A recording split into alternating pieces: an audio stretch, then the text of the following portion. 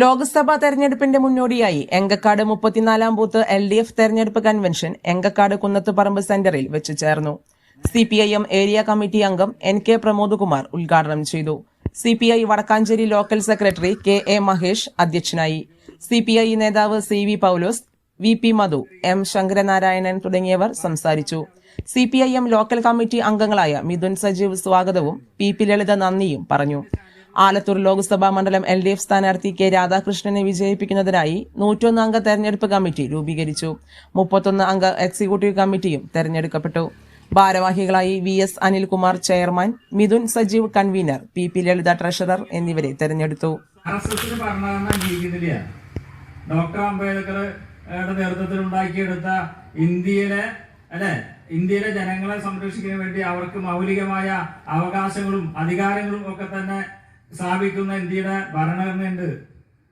RSS ഭരണഘടന ഇരിക്കുന്നില്ല. അതാണ് രസം. 1925 ഇന്ത്യയിൽ ആദ്യമായി RSS രൂപീകരിക്കുന്നത്. RSSന്റെ ലക്ഷ്യം എന്ന് പറയുന്നത് അതിന്റെ 100ാം വാർഷികം വരുമ്പോ 2025 ഇന്ത്യ ഒരു ഹിന്ദുത്വ രാഷ്ട്രമാകണം. ഇതാണ് BJPയുടെ അജണ്ട. അവിടേക്കാണ് BJPയുടെ സർക്കാർ മുന്നോട്ട് പോകുന്നത്. അപ്പൊ ഭരണഘടന അംഗീകരിക്കാത്ത, ഫെഡറൽ തത്വങ്ങൾ അംഗീകരിക്കാത്ത ഒരു ഭരണമായി ഇന്ത്യയിലെ BJP സർക്കാർ മാറിയിട്ടുണ്ട്. ഞാൻ സൂചിപ്പിച്ചു, നമ്മുടെ കേരളം ഇന്ത്യയിലെ ഒരു സംസ്ഥാനമാണ്. ആ സംസ്ഥാനത്തിന് അർഹമായ വായ്പ എടുക്കാനും അല്ലെങ്കിൽ അർഹമായ വിഹിതം ചോദിക്കാനുള്ള അവകാശമുണ്ട്. ഇപ്പൊ GST നടപ്പിലാക്കിയല്ലോ. എന്നാ മോഡി പറഞ്ഞത്, കേന്ദ്ര സർക്കാർ പറഞ്ഞത് GST നടപ്പിലാക്കി ഇനി 16 നികുതി ഒന്നും കൊടുക്കണം, ഒറ്റ നികുതി കൊടുത്താൽ മതി.